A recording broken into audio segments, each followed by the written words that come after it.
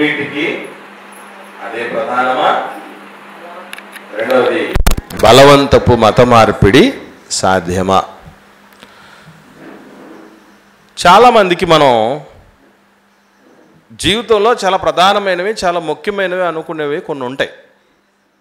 అందులో అన్నిటికీ డబ్బు ప్రధానం అనుకునే వాళ్ళు కొంతమంది ఉంటారు.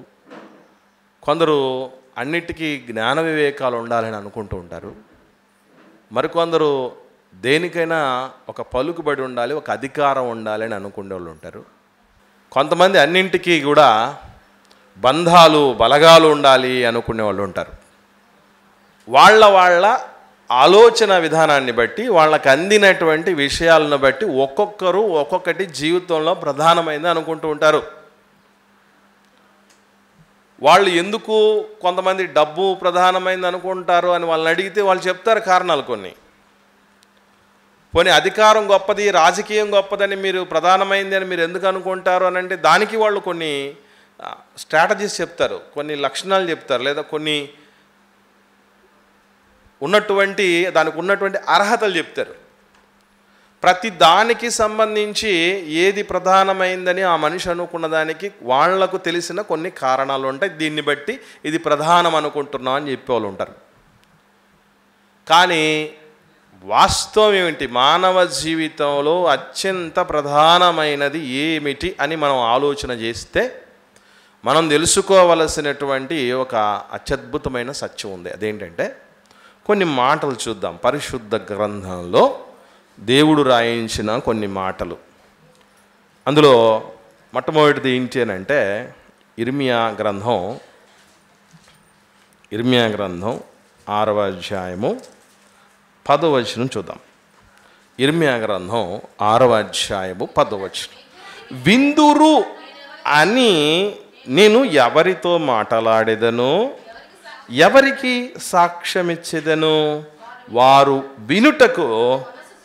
వినుటకు తమ మనస్సు సిద్ధపరచుకొనరు గనుక వినలేకపోయారు.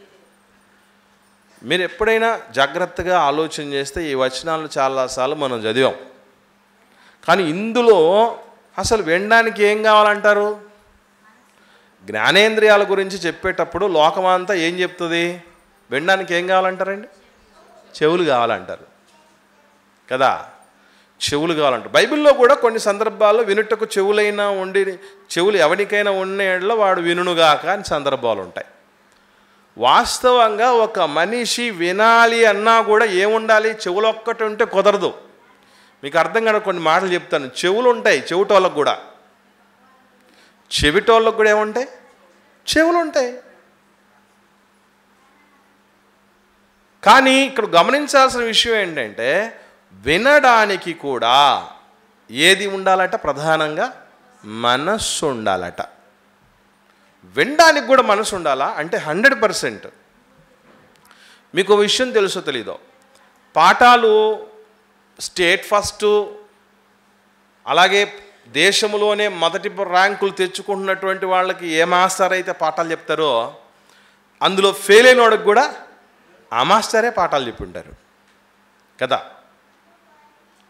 కానీ ఇక్కడ మనం గుర్తుపెట్టుకోవాల్సిన విషయం ఏంటంటే ఎందుకు అంత తేడా కలిగింది? ఒకడేమో స్టేట్ ఫస్ట్ వచ్చాడు, ఇంకొకటి నేషనల్ లెవెల్లోనే ఒక ఉన్నతమైనటువంటి స్థితిలోకి వచ్చాడు.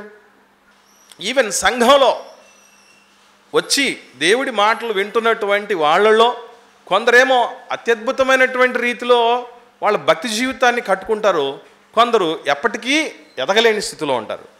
ఏంటి డిఫరెన్స్? ఇద్దరు కూడా, రెండు రకాల వ్యక్తులు కూడా ఒకటే సంఘంలో ఒకటే సహవాసంలో ఉన్నటువంటి వాళ్ళే. కానీ ఎక్కడ తేడా జరిగింది అని అంటే వినడానికి వస్తున్న వాళ్ళందరికీ చెవులు ఒకటి ఉంటే సరిపోదు, మనసు కూడా ఉండాలట. దేవుడు చెప్తున్న మాట అది. మనసు పెట్టి విను. అందుకే చెప్తూ ఉంటారు, ఒరే బుర్రకు ఎక్కాలంటే చెప్పేది అర్థం కావాలంటే మనసు పెట్టి వినరా అంటారు, మనసు పెట్టి వినండిరా అంటారు, మనసు పెట్టి చదవండిరా అంటారు. ఎందుకనంటే వినడానికి ప్రధానమైనది మనసే. వినడం అంత ప్రధానమైందా? అసలు ఫస్ట్ పాయింట్ ముందు వినడం ఎంత ప్రధానమైంది అని అంటే అసలు మనిషి మాట్లాడే ప్రతి భాషకు కూడా వినేటటువంటి మాటలే కారణం. ఇవి చెవులు ఇన్పుట్స్, మాట అవుట్పుట్. అందుకే చెవులకు వినికిడికి మాటకి సంబంధం ఉంది కనుకే ఒకవేళ ఈ రెండు పోయాయంటే, అంటే ఒక మనిషి వినడం చేత కాకపోతే ఏం చేతగా తెలుసా? మాట్లాడడం కూడా చేత కాదు. అందుకే డెఫ్ అండ్ డమ్ అంటారు. డెఫ్ అంటే చెవిటి, డంబ్ అంటే మూగ. చెవిటి మూగ అనే లక్షణాలు వస్తాయి. అంటే ఓ మనిషి విన్నదానిని ఎంత స్పీడ్గా గ్రహిస్తారో అంత స్పీడ్గా మాట్లాడగలరు. మాట్లాడడమే కాదు, భావాత్మకంగా నేర్చుకోగలరు, ఉన్నతంగా తీర్చిదిద్దబడగలరు. కాబట్టి వింటున్నది చాలా ప్రధానమైనది. దానికి ముఖ్యమైన కారణం ఎవరు అంటే మనసు. మనసు అంత ప్రధానమైనది. నెక్స్ట్ మరికొన్ని విషయాలు చూద్దాం. కొరింథీయులకు రాసిన మొదటి పత్రిక పౌలు గారు 7వ అధ్యాయము 5వ వచనాన్ని చూద్దాం. అపోస్తలుడైన పౌలు గారు కొరింథీయులకు రాసిన మొదటి పత్రిక 7వ అధ్యాయము 5వ వచనం. ప్రార్థన చేయుటకు నీకు సావకాశము కలుగునట్లు కొంతకాలము వరకు ఉభయుల సమ్మతి చొప్పుననే తప్ప ఒకరినొకరు ఎడబాయకుడి. మీరు మనస్సు నిలుపలేకపోయినప్పుడు సాతాను మిమ్మల్ని శోధింపకుండానట్లు తిరిగి కలుసుకోండి. అంటే ఇక్కడ ప్రార్థన చేయటానికి కూడా ఏముండాలి?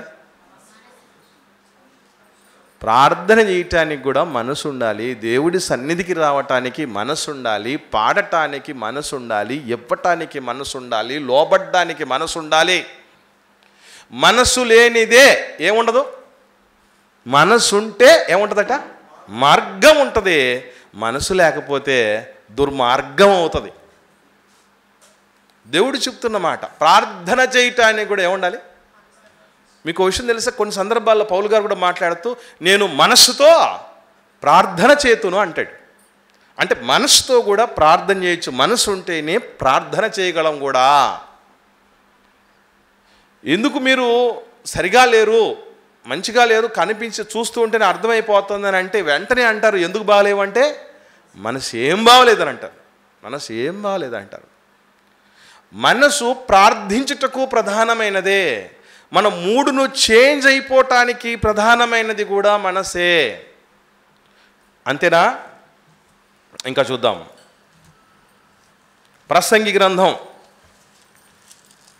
గ్రంథంలో 5వ అధ్యాయంలో దేవుడు చెప్తున్నటువంటి మరొక మాట మనస్సుకు సంబంధించి అది ఎంత ప్రధానమైందో తెలియపరుస్తూ చెప్పినటువంటి మాట మనకు చాలా అవసరమైనది.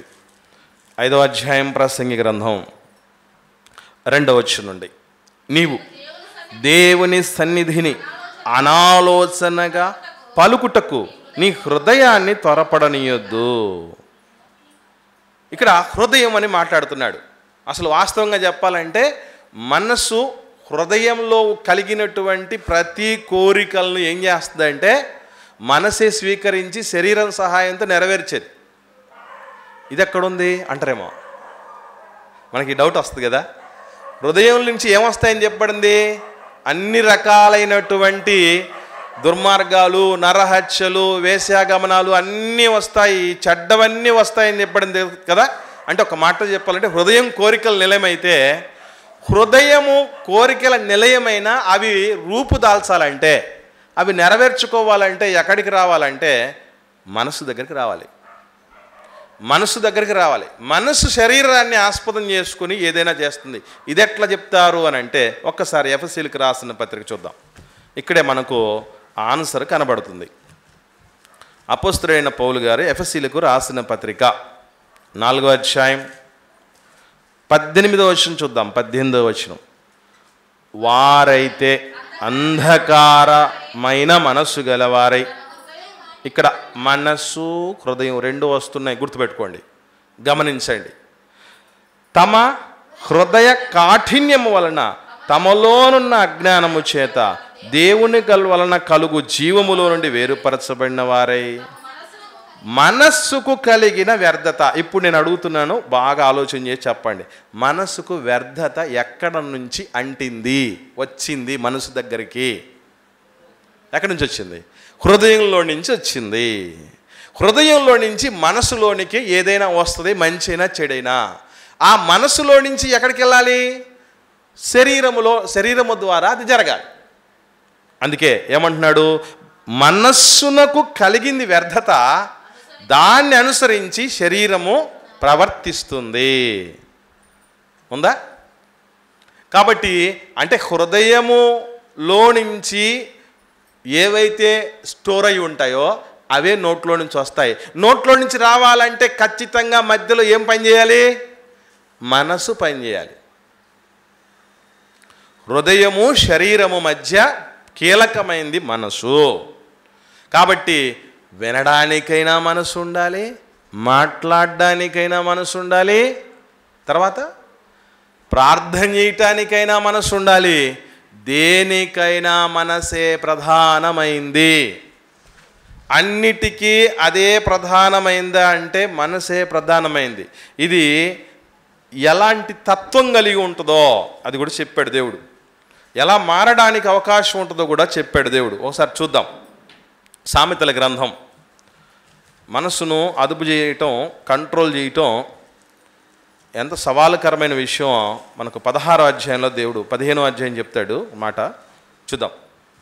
సామెతల గ్రంథం 16వ అధ్యాయమే 32వ వచనం. సామెతల గ్రంథం 16వ అధ్యాయం 32వ వచనం. పరాక్రమశాలి కంటే దీర్ఘశాంతము గలవాడు శ్రేష్ఠుడు. అసలు మనకు సొలొమోను గారివి జ్ఞాన సంగతులు గొప్పవి, అంత సులభమైనవి కాదు, మానవాతీతమైన సంగతులు అని చెప్పటానికి ఇదే గొప్ప ఉదాహరణ. ఒక మాట చెప్తూ ఈయన ఏమన్నాడంటే, పరాక్రమశాలి కంటే దీర్ఘశాంతం గలవాడు శ్రేష్ఠుడు. మన మధ్య ఎవడన్నా దీర్ఘశాంతం గలవాడు కనబడుతున్నాడు, తిరుగుతున్నాడు అనుకోండి, వాడిని చూసి బా పరాక్రమశాలి కంటే చాలా గ్రేట్ బ్రదరు, గ్రేట్ సిస్టర్ నువ్వు అంటారు ఎవరన్నా? ఒక దీర్ఘశాంతం గలవాడిని చూసేవాడు మనం ఏమనుకోవడానికి అవకాశం ఉంటుందంటే, వీడికి రోసము లేదు, రోసము కేసము లేదు, ఉప్పు కారం తినలేదు, ఇంకా భయస్థుడు, బిడియస్తుడు, పిరికోళ్ళు, అది ఉంటుంది. అలాంటి ఆలోచన ఉంటుంది. కానీ దీర్ఘశాంతం ఎంత గొప్పదంటే, ఈవెన్ మనకు కూడా ఇంట్లో కానీ పనిచేస్తున్న చోట కానీ ఎక్కడే కానీ మనకు దీని విలువ తెలియక ఏం చేస్తూ ఉంటాం? సాధ్యమైనంత వరకు మనం పరాక్రమాన్ని బయట పెట్టుకోవాలనుకుంటాం. అంతే కదా? పరాక్రమశాలం అయిపోవాలని చూస్తూ ఉంటాం తప్ప దీర్ఘశాంతంతో ఉండేటటువంటి పరిస్థితులు ఎంతమందికి ఉంటాయి? ఒక గొడవ జరుగుతున్న చోట అందరికంటే దీర్ఘశాంతత ఎవడన్నా ఉన్నాడు అనుకోండి, వాడు చాలా పవర్ఫుల్ అని అర్థం. దీర్ఘశాంతము కలిగినటువంటి పరిస్థితులు ఎంతమందికి ఇష్టమవుద్ది? ఇష్టం ఉండదు. ఇంకా కిందికి వస్తే ఒక మాట అంటున్నాడు దాని తర్వాత, పట్టణము పట్టుకొని వాయనికంటే మనస్సును స్వాధీనపరుచుకునేవాడు శ్రేష్ఠుడు. ఏమండి మనసుకి ఏమైంది? మనసుకు ఏమవుద్దట? ఎందుకో ఎవడో అన్నాడు కవి, మనసు ఏమైందట? ఎటో వెళ్ళిపోయిందట. మనసు ఎట్టో వెళ్ళిపోద్దట. మనసు నిలువలేదే అంటాడు. నిలవలా మనసు అంటాడు. నిలవదది. ఎందుకంటే బాడీ ఎక్కడైనా బాడీ ప్రజెంట్, మైండ్ ఆబ్సెంట్ అని అంటారు. ఎందుకంటే బాడీతో పాటు మైండ్ రెండు కూడా ప్రజెంట్ అయితేనే ప్లెజెంట్గా ఉంటుంది పరిస్థితి, లేదంటే అంత గలిబిలే. అందుకే చూడండి, ఎంతో మంచి ఇన్స్టిట్యూషన్లో చదువులకు వేసినటువంటి పిల్లోళ్ళు కూడా వాడు మనసు నిలపలేకపోతే వాడు బాగుపడలేడు. కానీ అదే ఎందుకు పనికిరానిది అనుకుంటున్న సర్కారు పాఠశాలలో జరిపించిన మనసు పెట్టి విన్నటువంటి వాళ్ళు ఏమయ్యారు? అసలు మీకు విషయం తెలుసో తెలీదు, ఐఏఎస్ ఆఫీసర్లు, ఐపీఎస్ ఆఫీసర్లు, పెద్ద పెద్ద డాక్టర్లు, వాళ్ళందరూ ఇప్పటి వరకు ప్రపంచాన్ని, దేశాలను పరిపాలన చేసి ప్రభావితం చేసినటువంటి మహనీయులందరూ కూడా ఆ సర్కారీ బడిలోని చదివిన వాళ్ళే కదా. అంటే ఇక్కడ మనసు నిలపటం ప్రధానం. వాడు అక్కడ చదువుతున్నాడు అనేది కాదు ముఖ్యం. మనసు నిలపగలిగితే ఎక్కడైనా మంచి రిజల్ట్స్ వస్తాయి. ఇక్కడ గమనించండి, ఒక పట్టణం పట్టుకోవటం చిన్న విషయం చెప్పండి. మనలో అంతవరకు ఎవరు ఎక్కడో వరకు వద్దు, మనలో ఎంతమందికి ఒక పట్టణం పట్టుకునేంత పవర్ ఉంది? పట్టణం వరకు వద్దు, మన ఇంటిని ఎవరు కంట్రోల్ చేయగలుగుతున్నారు చెప్పండి. ఇంట్లో ఉన్న వాళ్ళందరినీ కంట్రోల్ చేయగలిగినటువంటి వాళ్ళు ఎంతమంది ఉన్నారు? అరే ఒక ఇంటిని, ఒక సొంత ఇంటిని, అంటే ఇంకోటి ఏంటి, మరలా మనమే పోషించి, మనమే పెంచి, మనమే సాధక బాధకాలు పడి, మనమే అన్ని ఇబ్బంది పడుతున్న వాడు కూడా పట్టుకోలేని పరిస్థితుల్లో ఒక ఇంటి పరిస్థితి ఎలా ఉంటే, ఇట్లాంటి ఇల్లు ఎన్ని కలిస్తే ఒక పట్టణం అండి? కడప పట్టణం ఎంత పట్టణం?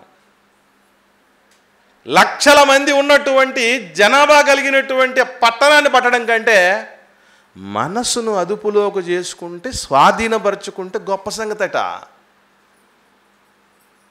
ఎందుకు అంటే అది అంత సులభంగా కంట్రోల్లో ఉండదు. మీకు ఇప్పుడు డౌట్ రావాలి, కంట్రోల్లో ఉండని దాన్ని పెట్టడం వల్ల దేవుడు తప్పు చేశాడు అనుకుంటారేమో. మనం కంట్రోల్లో పెట్టుకోగలము, పెట్టుకుంటేనే మనకు దానివల్ల ఫలము అని తెలిసే దేవుడు మనకు మించిపోయేది కాదు మనసు, మర్చిపోకండి. మనకు మించిపోయేది కాదు ప్రియులారా మనసు. దాన్ని స్వాధీనమందు ఉంచుకోగలగాలట. ఎందుకనంటే మనసు స్వాధీనపరచుకోకపోతే ఏంటి నష్టం? ఈ డౌట్ మీకు వస్తే, మనసు స్వాధీనపరచుకోలేకపోతే ఏంటి నష్టం? ఈ డౌట్ మీకు వస్తే దీనికి ఆన్సరు సామెతల గ్రంథంలోనే ఆ సొలొమోను గారే చెప్తూ ఏమంటున్నాడో ఒకసారి చూద్దాం. 25వ అధ్యాయం, ఇదే సామెతల గ్రంథం 25వ అధ్యాయము 28వ వచనం చూడండి. సామెతల గ్రంథం 25వ అధ్యాయం 25వ అధ్యాయము 28వ వచనం, చివరి వచనం. ప్రాకారము లేక పాడైన పురము ఎంతో, తన మనస్సును అణచుకొనలేనివాడు అంతే. ఎంత నష్టమట. మీకు ఒక విషయం తెలుసా? ఒక పట్టణం సుభిక్షంగా సురక్షితంగా ఉండాలంటే దానిలో కీలకమైన పాత్ర పోషించేది ప్రాకారమే. మీకు ఒక విషయం చెప్పాలి. ఎరికో పట్టణం ఉంది. ఎరికో పట్టణానికి ఏమున్నాయి? గోడలు అండి. గోడలు అంటే ఏ గోడలు ఉంటున్నారు? ఇంటి గోడలు కాదు, పట్టణం చుట్టూ ఉన్న ప్రాకారపు గోడలవి. ఇప్పుడు ఆ ఎరికో పట్టణంలోనికి ప్రవేశించాలంటే ముందేం చేయాలి? ప్రాకారం పడగొట్టాలి. పడగొడితే తప్ప లోపలికి ఎంటర్ అవ్వలేడు ఏ శత్రువైనా. ఎంటర్ అయ్యి మన ఉంది దోచుకుపోవటం కానీ మనల్ని చంపటం కానీ చెయ్యలేడు. ఇప్పుడు చైనా గోడ ఏంటది? ప్రాకారం. మంగోళ్ళ దాడుల నుంచి రక్షించుకోవటానికి చైనీయులు ఏర్పాటు చేసిన ప్రాకారం అటది. వాళ్ళ దేశం చుట్టూ ఏర్పాటు చేసుకున్న ప్రాకారం అది. ప్రపంచం ఇంతగా ఉండాలని కాదు కట్టింది వాళ్ళు. మంగోళ్ళు ఎంత పవర్ఫుల్ అని అంటే చైనా గోడను చూస్తే అర్థమవుద్ది. అంత దుర్భేద్యమైనటువంటి గోడలు కట్టే తప్ప వీళ్ళు నివారించలేమని. మంగోళ్ళ కంటే ప్రమాదకరమైనటువంటి శత్రువులు ఒక్క మనసు అనే ప్రాకారం పడిపోతే అలా దాడి చేసేస్తారు. అంటే మనస్సును జాగ్రత్తగా కాపాడుకోవటం అంటే మన సామ్రాజ్యపు ప్రాకారాలను కాపాడుకున్నంత గొప్పది. మన జీవితపు ప్రాకారాలను కాపాడుకునేంత గొప్పది ప్రియులారా. ఏమైంది మనసుకునంటే ఒకసారి చూడండి మనసు పరిస్థితి ఏంటంటే, ఈయనే రాస్తూ ప్రసంగి గ్రంథంలో 6వ అధ్యాయము 9వ వచనం చూడండి. మనస్సు, ఆ ప్రసంగి గ్రంథం 6వ అధ్యాయం 9వ వచనంలో, మనస్సు అడియాసలు కలిగి తిరుగులాడుతుందట. తెలుసా మీకు మనసు ఎలాంటిదట? అడియాసలు. ఆశలు ఉంటే తప్పు లేదండి మనిషికి. ఆశ లేనాడు బతకలేడు భూమి మీద. నిరాశ నిస్పృహలతో ఉండకూడదు. ఆశ ఉండొచ్చు, తప్పులేదు, కానీ ఏం ఉండకూడదట? అడియాస అంటే ఏంటి అర్థం? అత్యాశ, దురాశ అంటారే, ఇవన్నీ ఉండకూడదట మనిషికి. ఉంటే ఏమవుతుంది చూడండి. ఏం చెప్తున్నాడు అక్కడ 6వ అధ్యాయం 9వ వచనంలో ఏమన్నాడు? మనస్సు అడియాసలు కలిగి తిరుగులాడుట కన్నా ఎదుటనున్న దానిని అనుభవించడం. మీకు బాగా అర్థం కావడానికి ఒకసారి ఆలోచన చేయండి. ఒకసారి ఒక నక్కకి అడవిలో ఫ్రెష్గా అప్పుడే చచ్చిపోయినటువంటి ఒక మేత దొరికింది. ఇది దొరికింది అని తినబోయే లోపే ఒక విల్లు, ఆ విల్లు తెలుసు కదా మీకు, బాణం కనపడింది. ఆ బాణానికి ఏముంది అని అంటే ఒక పేగుతో, అంటే అది కూడా మాంసముతోనే తయారు చేసినటువంటిది, దారం కడతారు కదా ఆ చివరి నుంచి ఈ చివరి వరకు ఇట్లా వంగి ఉన్నటువంటిది. దానికి ఆ విల్లుకు దాన్ని చూసి, ఆ నరాన్ని చూసి ఇక్కడ ఆల్రెడీ ఉన్నటువంటి మంచి భోజనాన్ని వదిలిపెట్టి దాన్ని తినాలని పోయిందట. దాన్ని తినడం మొదలుపెట్టే సమయానికి, కొరికే సమయానికి అది ఊడిపోయి దానికే తగిలిందట. దానికి తగిలేది చచ్చిపోయిందట. అట్లాగా అడియాసలు కలిగిన మనిషికి ఏమవుద్దంటే ఎదుట ఉన్నది కూడా తినలేడు. మర్చిపోకండి. అంటే దేవుడు ఇచ్చింది కూడా అనుభవించలేరు. అదే కదా అర్థం అక్కడ. మనస్సు అడియాసలు కరిగి తిరుగులాడుట కంటే ఎదుటనున్న దానిని అనుభవించుట మేలు అన్నాడు. అంటే ఏం అర్థం? అడియాసలు ఉన్నోడికి ఆల్రెడీ ఉన్నది కూడా అనుభవించలేడు. అదే కదా అర్థం. అంటే ఉట్టి కీర్చలేనమ్మ స్వర్గానికి ఈడ్చింది అన్నట్టు. ఇలా దగ్గరున్నటువంటి వాటిని కూడా దేనికోసం పోగొట్టుకుంటామట మనం? లేని వాటి కోసం పోగొట్టుకుంటామట. బాగా అర్థం కావడానికి అద్భుతమైనటువంటి సందర్భం పరిశుద్ధ గ్రంథంలో ఉంది. అదేంటంటే ఇశ్రాయేల్ని పరిపాలించినటువంటి రాజు ఒక ఆయన ఉన్నాడు. ఆయన ఆహాబు రాజు. మనకు అందరికీ తెలుసు. ఆహాబు రాజుకి చాలా తోటలు ఉన్నాయి. భూస్వామి. మీకు తెలుసో తెలీదో, ఎక్కడైనా ఏ దేశంలోనైనా ప్రభుత్వాన్ని చేస్తున్న, అంటే పరిపాలిస్తున్న రాజు తర్వాతే ఎవరి దగ్గరైనా ఆస్తులు ఎక్కువ ఉండేది. అవునా కాదా? ఇప్పుడు మన దేశంలో ఆస్తులు ఎవరి దగ్గర ఉన్నాయంటే ఏం చెప్తారండి? మనుషుల పేర్లు చెప్పారు. మీరు పొరపాటున చెప్తే తప్పే. అందరికంటే ఎక్కువ ఆస్తులు ఎవరికి ఉన్నాయంటే కేంద్ర ప్రభుత్వానికి ఉన్నాయి.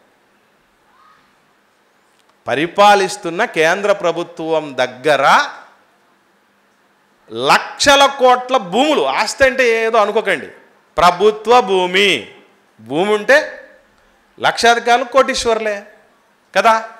కాబట్టి భూమి అనేది ఎవరి దగ్గర ఎక్కువ ఉంది? లాభాలు, ట్యాక్సులన్నీ ఎవరికి ఎక్కువ వస్తాయంటే కేంద్ర ప్రభుత్వానికి వస్తాయి. వాళ్ళ తర్వాతే ఇంకెవడైనా. నిన్న ఈరోజు ఉదయం అనుకుంటా నేను ఒక పోస్ట్ చూసా.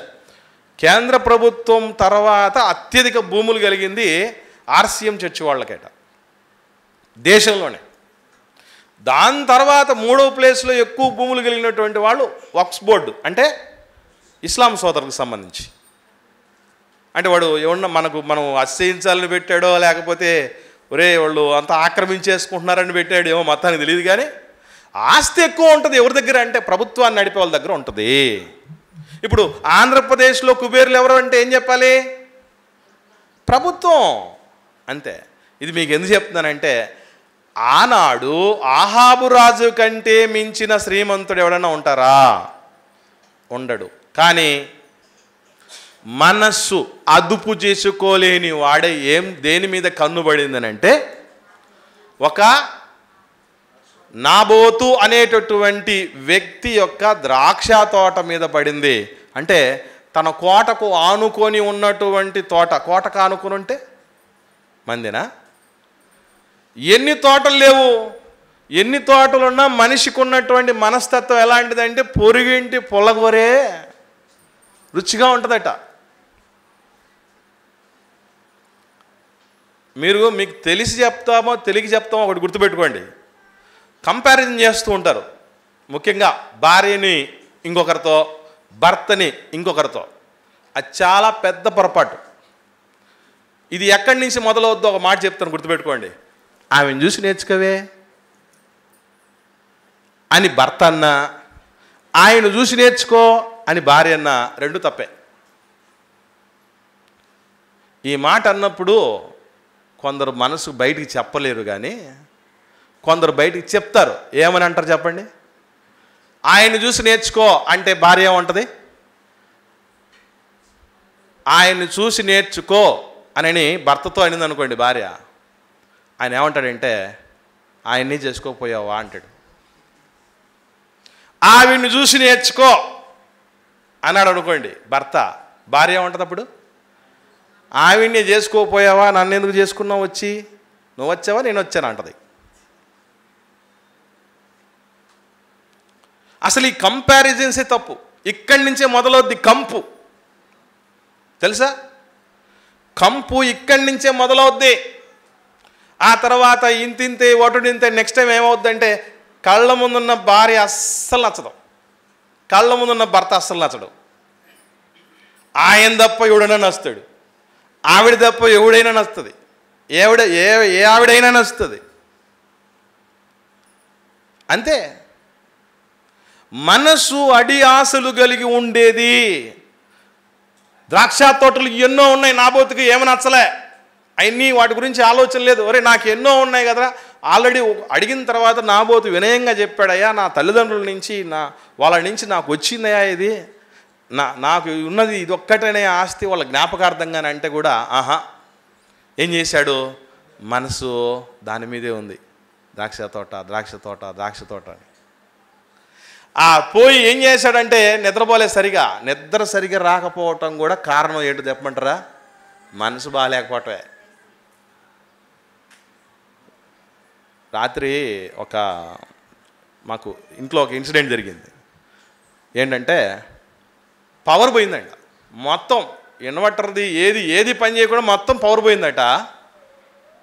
మా చిన్నమ్మాయి లేచింది ఫస్ట్ అట, తర్వాత మా పెద్దమ్మాయి లేచింది. నేను మావిడ నిద్రపోతూనే ఉన్నాట, గొరకలు పెట్టి నిద్రపోతున్నాట. ఇదేమి నిద్ర డాడీ? పవర్ పోయి చాలాసేపు, గంట సేపు పవర్ రాలేదు, మీరు చూస్తే ఎట్లా నిద్రపోతున్నారు. ఎందుకు అట్లా రావడానికి అవకాశాలు ఉంటాయంటే మనసు అడియాసలు కలిగి లేకుండా పోయిన పరిస్థితుల్లో ఉండగలిగితే అట్లా వస్తుంది. కొంతమందికి 1 గంటకు 2 గంటలు కూడా నిద్ర రాదు, తెలుసా మీకు? అసలు వాస్తవంగా డీప్ స్లీప్ టైం అది. డీప్ స్లీప్ టైంలో కూడా నిద్ర రాదు. ఎందుకనంటే మనసుకు ఏదో కావాలనిపిస్తుంది. అలా అనిపించినప్పుడు నిద్రపోతూ ఉన్నా కూడా ఏమనిపిస్తుంది? ఇప్పుడు ఎప్పుడన్నా మీరు చూడండి, మనసంతా సెల్ ఫోన్ మీద ఉన్నటువంటి పిల్లోళ్ళు సెల్ ఫోన్ తీసేస్తే వాడు ఒకసారి ఏం చేశాడంటే ఒక చెప్పును పట్టుకుని, పిల్లోడు చెప్పును పట్టుకుని ఆడుతున్నాడు ఇట్లా సెల్ ఫోన్ అనుకొని. ఎందుకంటే మనసు ఒక దాని మీద పోతే పరిస్థితి ఎలా ఉంటుంది? ఒక దాని మీద మనసుకి వెళ్ళిపోతే అలాగే ఉంటుంది. అందుకే చూడు, గమనించండి, మనసు అడియాసలు కలిగి ఉండినందుకు ఏమైపోయాడు ఆహాబు రాజు భార్య ఇన్వాల్వ్ అయినందుకు ఇద్దరు కూడా కుక్క చావు చచ్చారు. దేశాన్ని పరిపాలించాల్సిన రాజు రాణి వాళ్ళ రక్తం కుక్కలు వచ్చి నాకి, ఆకాశ పక్షులు వచ్చి తినేంత దారుణాతి దారుణమైన మరణానికి వెళ్ళిపోయారు. కళ్ళ ముందున్న సామ్రాజ్యాన్ని కూడా అనుభవించలేకపోయారు. దానికంటే పెరుగన్నం చాలా రేట్లు మంచిది, 4 మాత్రమే మంచిది బిర్యానీ కదా. కానీ భవిష్యత్తులో చాలా విషయాలు నేర్చుకోవాల్సినవి ఉన్నాయి. మనం చాలా ప్రమాదకరమైన పరిస్థితుల్లో ఈరోజు ఉదయాన్నే ఒకటి చూసాం. ఇది టమోటా పండును పాము కాటేస్తుంది. టమోటా పండు అది వైరల్ అయింది, చూసారో లేదు మీరు? అంటే మీరు కనుక్కోవచ్చు అనుకుంటారేమో, మనం టమాటాలు తీసుకునేటప్పుడు ఇంజెక్షన్ వేస్తే మనకేమైనా రంధ్రం కనపడుతుందా? కనపడదు కదా. కాటేస్తే పాము అది కూడా కనపడదు, టమాటాలోకి చక్కగా వచ్చి చేరిపోతాయి. అంటే మన పరిస్థితులు చుట్టూ ఎంత దారుణమైన పరిస్థితులు ఉన్నాయంటే మాంసం కాదు, వెజిటేబుల్స్ కాదు, గ్రెయిన్స్ కాదు, ఏది కాదు, తినడానికి లేదు, తాకటానికి లేదు, ఉండడానికి లేనంత పరిస్థితి. ఇంత పరిస్థితుల్లో అడియాసలు అవసరమా? రాత్రి పడుకొని అట్లాగే చచ్చిపోయిన ఉన్నారు. రాత్రే ఎంతమంది లేరు. తమ్ముడు దేవకుమార్ వాళ్ళ మామగారు చనిపోయారు నిన్న. ఆయన నిద్రలో చనిపోయాడట. నిద్రలో చనిపోయాడట. మనకు వచ్చిన ఒక పెద్ద సమస్య ఏంటంటే, ఎవరన్నా చనిపోయిన తర్వాత వయసు ఎంత అని అడుగుతారు. ఏదో అధిక బలం దాకా బతికారో లేకపోతే దేవుడు కృప ఉందో లేదో అని తెలుసుకోవడానికి అయితే పర్లా. ఆ మాట అడిగిన తర్వాత 70 ఏళ్ళు అని చెప్పారు అనుకోండి, ముసలిలే అంటే మనకేం కాదులే అని, మనకేం కాదులే అని.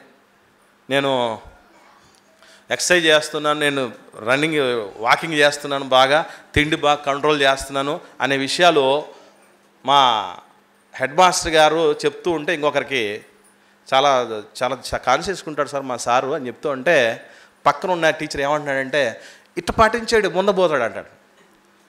ఇటు ఎవడు పాటిస్తాడు, ఇటు జాగ్రత్త ఎవడు పడతాడు వాడు ముందుపోతాడట. అంటే మొత్తానికి ఎట్లా ఉండినా కూడా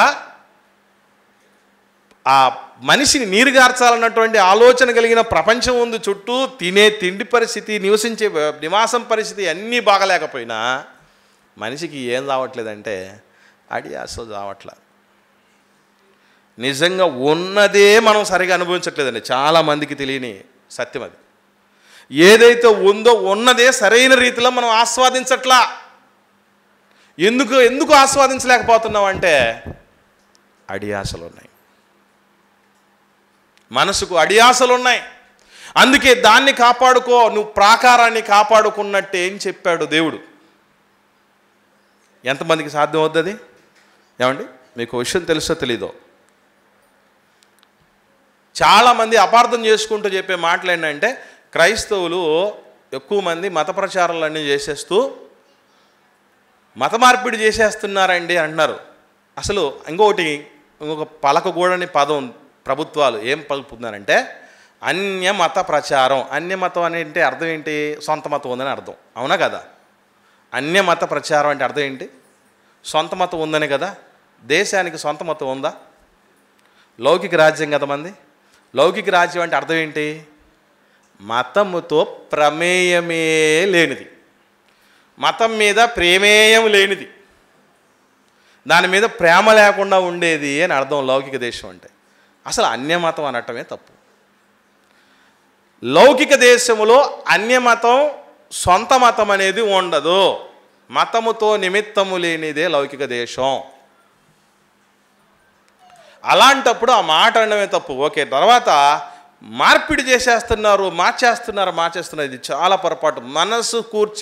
మనస్సును గూర్చిన వాస్తవికత ఎరుగక, మనిషికి సంబంధించిన వాస్తవికత ఎరుగక, మనవుల్ని దేవుడు ఎలా తయారు చేశాడో అన్న విషయం తెలియక ఈ మాటలు మాట్లాడుతున్నారు. మర్చిపోకండి.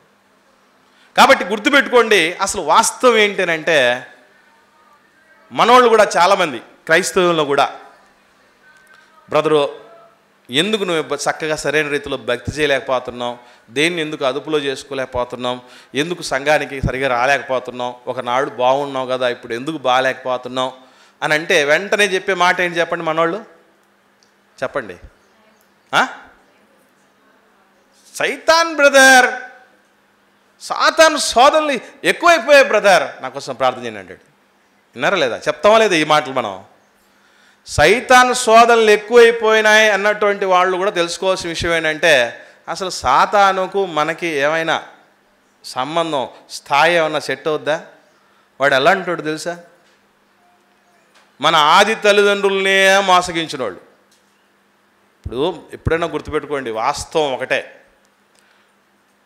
కొంచెం టెక్నాలజీ బయటికి వచ్చి లోపలుండే మంచి తెలివితేటలు, మేధస్సు బయటపడింది మనకు. కానీ ఎప్పటికైనా మనకంటే మనల్ని కన్నోళ్లే, ఆ తర్వాత పైనున్నోళ్లే గొప్ప తెలివిమంతులు, మేధస్సు కలిగిన వాళ్ళు. వాళ్ళ నుంచి కొంత కొంత కొంత కొంత కొంత కొంత మనకు వస్తుంది, అంతే తప్ప ఇప్పుడు మనందరికీ ఆది తల్లిదండ్రులు వాళ్ళే మోసపోయారు. వాళ్ళ తర్వాత నుంచి ఎంతమంది గొప్ప గొప్ప బలవంతులు, గొప్ప గొప్ప సామ్రాజ్యాధినేతలు, గొప్ప గొప్ప నీతిమంతులు, గొప్ప గొప్ప ప్రవక్తలుగా పిలువబడుతున్న వాళ్ళు సైతం ఏమైపోయారు? బిలాం ఎవరు అనుకున్నారు? బిలాం ఎవరు? ఒకప్పుడు బిలాం ఎవరండి? ప్రవక్త అండి.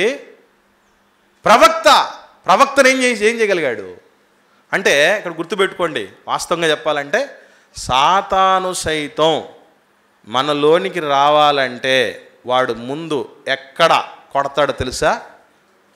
ఎక్కడ కొడతాడో తెలుసా? చూడండి ఒకసారి లూకాసు వార్త 22వ అధ్యాయం 32వ వచనం చూద్దాం. లూకాసు వార్త 22వ అధ్యాయము 31, 32 చూద్దాం. 31, 32. సీమోను సీమోను, ఇదిగో సాతాను మిమ్మల్ని పట్టి గోధుమల వల్లే జల్లించుటకు ఎవరిని కోరుకుంటుందట? ఇప్పుడు మీకు ఎప్పుడైనా డౌట్ వచ్చిందా?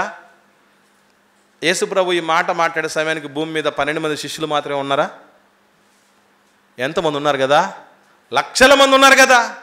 మరి వాళ్ళని ఎందుకు కోరుకుందంటే వాళ్ళ రేంజ్ అది. సాతాను శోధించాలంటే కూడా రేంజ్ ఉండాలి, మర్చిపోకండి. ఇది పెళ్లి సంబంధాలకు మాత్రమే కాదు, రేంజ్ కావాల్సిందే.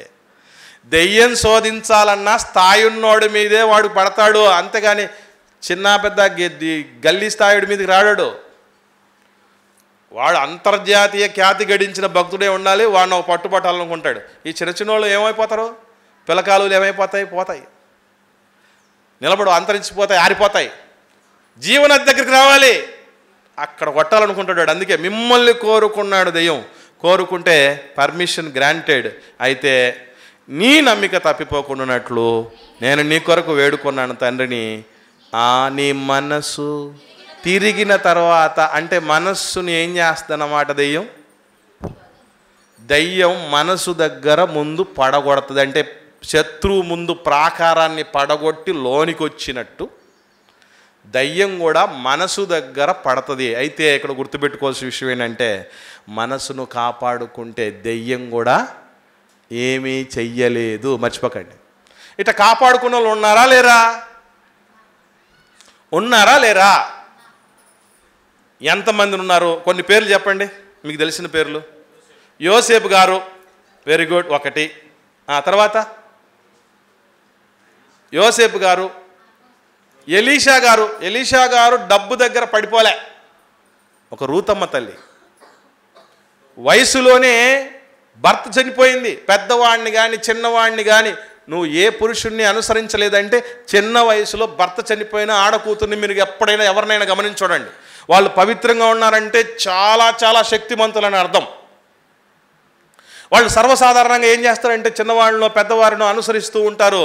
వాళ్ళు చెడిపోయి ఉంటారు ఎక్కువ మంది.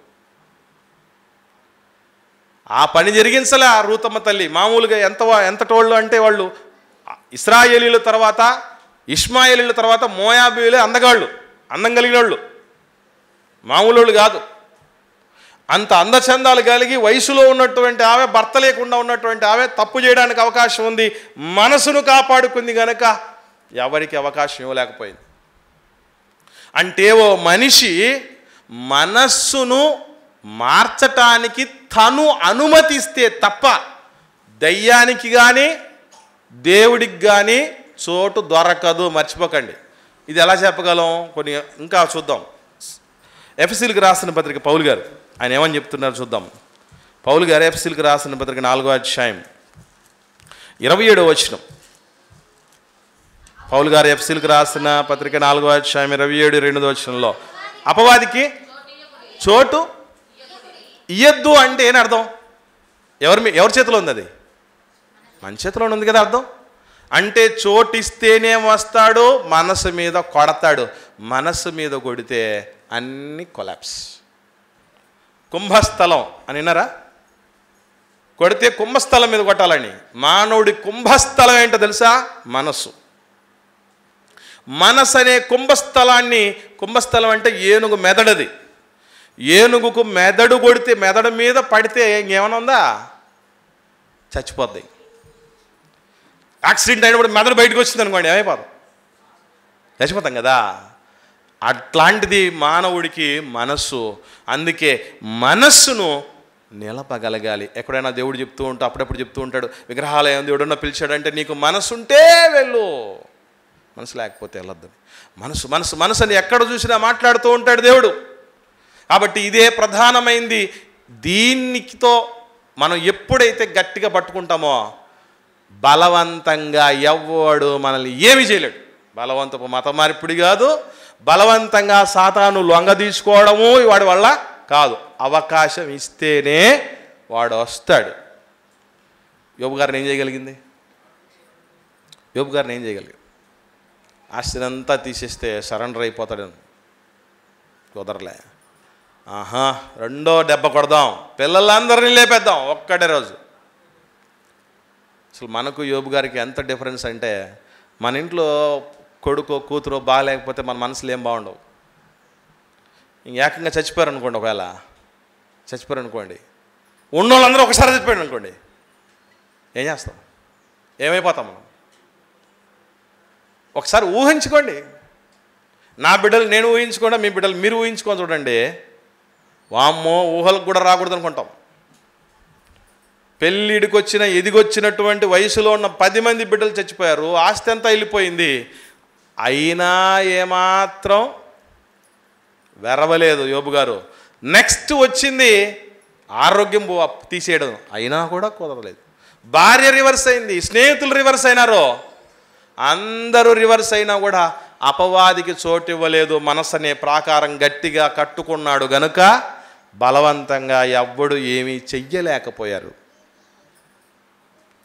అసలు అపోస్తలుల మీదకి ఎన్నొచ్చాయి దాళ్ళు?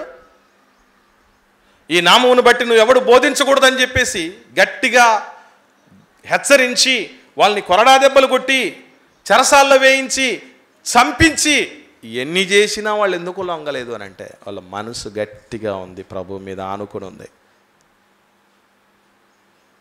అందుకే గుర్తుపెట్టుకోండి, దేవుడికైనా మర్చిపోకండి, బలవంతంగా దేవుడు కూడా ఏం చేయలేడు. అది చెప్తున్నా. మళ్ళీ ఒకవేళ మా దేవుడి దగ్గర నుంచి వాళ్ళ దేవుడి దగ్గరికి ఏమైనా టర్ను చేసుకున్నానంటే ఇది కూడా అవుద్దా అని అంటే, దయ్యం వల్ల కాదు, దేవుడికి కూడా కుదరదు. మర్చిపోకండి. చాలామంది ఈ మధ్యకాలంలో ఇంటర్వ్యూలు టీవీలలో కొన్ని రకాల ఛానల్స్లలో ఇంటర్వ్యూలలో కామన్గా అడిగే ప్రశ్న ఏంటంటే, దేవుడు ఏం చేస్తున్నాడండి? కరోనా వచ్చింది, దేవుడు ఏం చేస్తున్నాడు? మనుషులు యాక్సిడెంట్ అయి చచ్చిపోతున్నారు, దేవుడు ఏం చేస్తున్నాడు? చిన్నపిల్లలు చచ్చిపోతున్నాడు, దేవుడు ఏం చేస్తున్నాడు? ప్రకృతి వైపరీత్యాలు వస్తున్నాయి, దేవుడు ఏం చేస్తున్నాడు? ఇవన్నీ అంటాడు. ఎప్పుడైనా గుర్తుపెట్టుకోండి,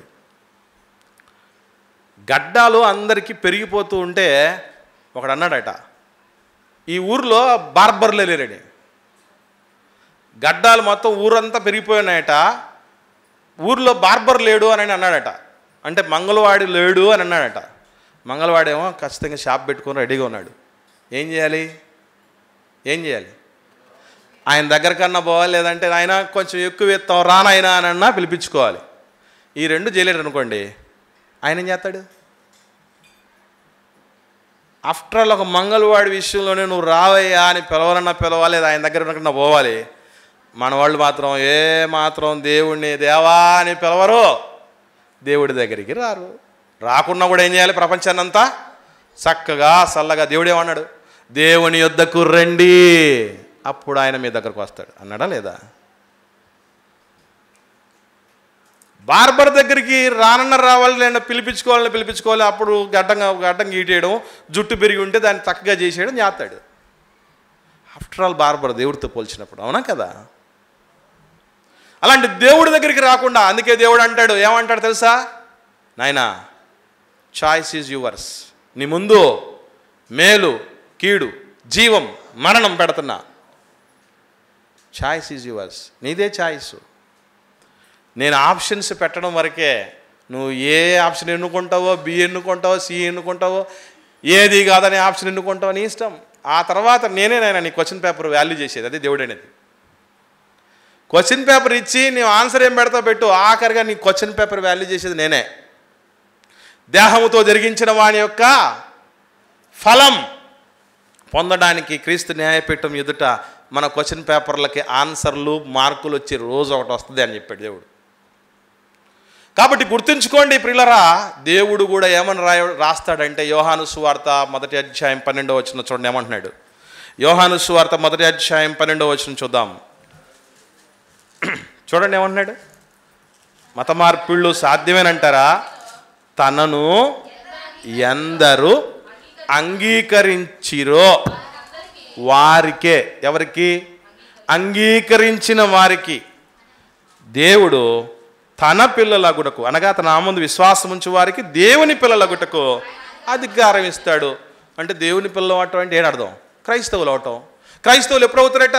అంగీకరించినోడు అవుతాడు తప్ప బలవంతంగా మారినోడు అవడో. ఏదో బలవంత పెట్టి మభ్య పెట్టి మాయ చేయటానికి మారినోడి దగ్గర ఏమున్నాయి, లేక మార్చిన ఆయన దగ్గర ఏమి లేవంటారు. ఏమున్నాయి మన దగ్గర ఏమున్నాయని ఏమి లేకని. ఎవడన్నా మోసం చేశాడంటే, ఎవరన్నా బలవంతం చేశారంటే వాడి దగ్గర లేకపోతేనే కదా. దొంగతనానికి వచ్చాడు అనుకోండి, ఎవడొస్తాడు? బిల్ గేట్స్ వస్తాడా దొంగతనానికి? వస్తాడా? కుబేరుడు వస్తాడా దొంగతనానికి? వాడికి ఏం అవసరం? లేనోడు వస్తాడు. నిన్ను నన్ను మోసం చేయడానికి ఏదైనా వచ్చాడు అనుకుంటే బైబిల్ దేవుడు ఆయన దగ్గర ఏం లేదనుకుంటున్నారు, మన దగ్గర ఏముందనుకుంటున్నారు. పిచ్చి మాటలు ఇవన్నీ.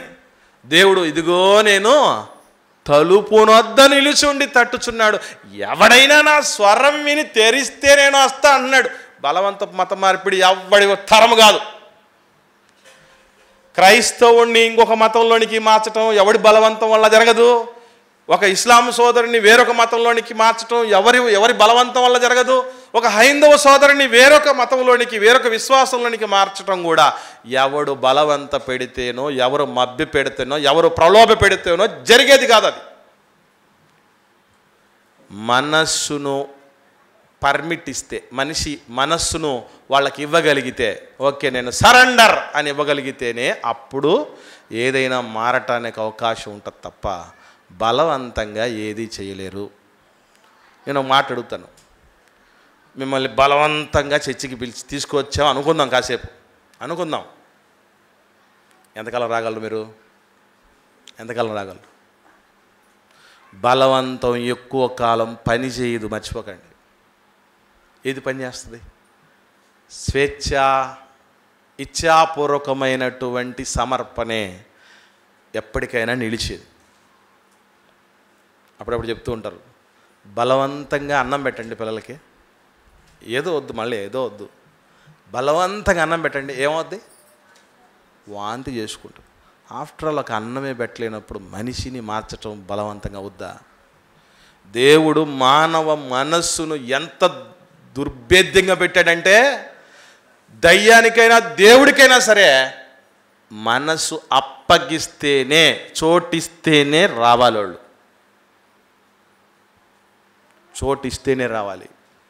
లేకపోయి లేదో నా జీవితంలో దెయ్యానికి అవకాశం ఇచ్చే ప్రసక్తే లేదు అని గట్టిగా మనసును కాపాడుకొని నిలబడ్డామా, వాడి విశ్వ ప్రయత్నాలు చేసినా వాడి ఆటలు చల్లవు. దేవుడి విషయంలో కూడా నేను దేవుని నమ్మను అని ఒకడు భీష్మించి కూర్చుంటే వాడిని మార్చాలి ఎట్లయినా అని మూర్ఖపు ఆలోచనలు ఎవడు చేయకండి. దేవుడు యేసుప్రభుల వారు మాట చెప్తాడు, ఒక ఊర్లోకి వెళ్ళండి, పరిచర్య నిమిత్తం వెళ్ళండి, సువార్త నిమిత్తం వెళ్ళండి. ఎవడన్నా చేర్చుకున్నాడు అనుకో వాడికి ఆశీర్వాదం. చేర్చుకోవడం కూడా ఉంటాడు ఆయన, ఎందుకంటే వాడి మనసు ఎలాగ ఉంటుంది. అటు ఏం చేద్దాం, ఎట్లాగైనా వీడిని మార్చేయాలా అంతొద్దు. దేవుడు ఏమన్నాడు? దుమ్ము తులిపేసి నువ్వు వచ్చేసే నాయన, వేరే ఊరికి వెళ్ళిపో అంటాడు. ఎందుకు? బలవంతం చేసే లక్షణం దేవుడుకుని ఉంటే ఈ ప్రపంచంలో గుర్తుపెట్టుకోండి, ఈ ప్రపంచంలో క్రైస్తవులు తప్ప వేరేవాడు ఒక్కడు ఉండడు కాదు. నిజంగా దేవుడు బలవంతమే చేయాలంటే ఎంతసేపనండి? మనిషిని భయపెట్టాలంటే దేవుడికి క్షణంలో పని ఏం లేదు. కళ్ళ ముందే ఒక్క అనౌన్స్మెంట్, ఏమనంటే ఒరే మీరు అందరూ నన్ను నమ్మినారో ఓకే, లేదంటే ఇప్పుడే భూకంపం. ఎక్కడున్నాం మనం? అంతా భూమి మీదే ఉన్నాం కదా. భూకంపం వస్తుంది, వచ్చి ఎంతసేపు జరుగుతుందండి భూకంపం? ఎంతసేపు జరుగుతుంది తెలుసా మీకు?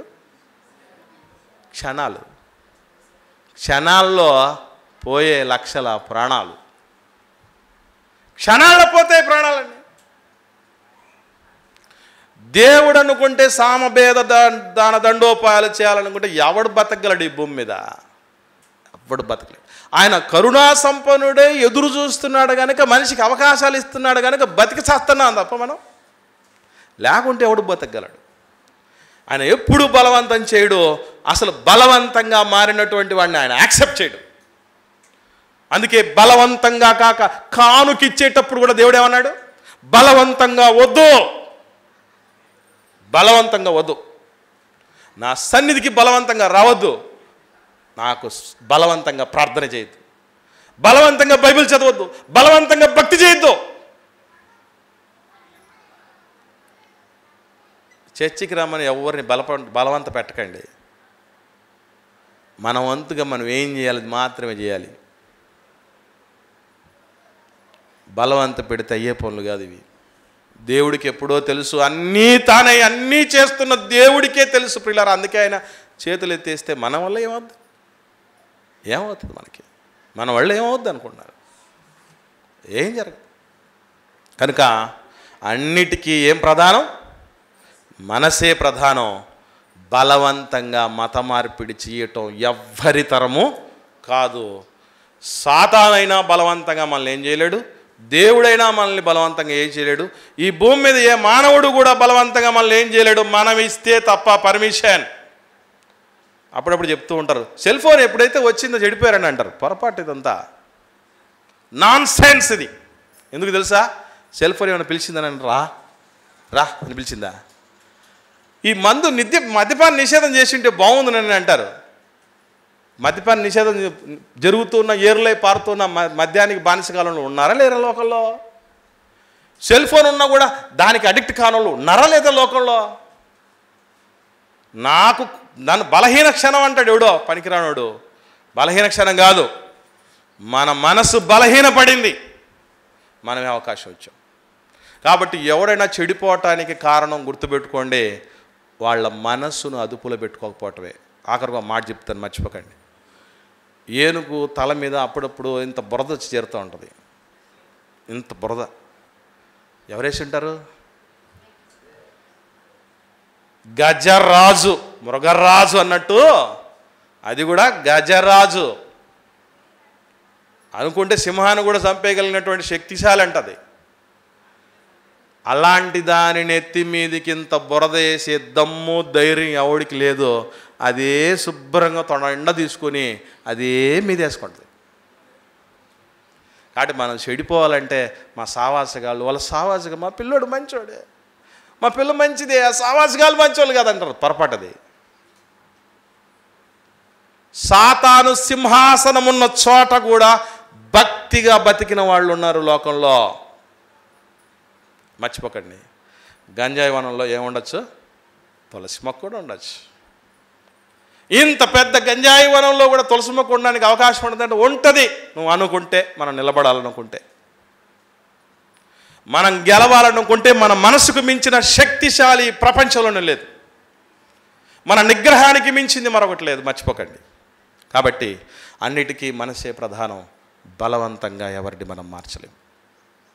మనమే చెడిపోవడానికి అవకాశం ఇస్తాం, మనమే బాగుపడడానికి కూడా అవకాశం ఇచ్చేది. మెట్టుకు మన మనసు ఏ స్థితిలో ఉందో ఆత్మ పరిశీలన చేసుకొని మనసును మరలా దేవుడి వైపు తిప్పి దీవెనకరమైన స్థితికి చేరుదుముగాక. ఆమెను ప్రార్థిద్దాం.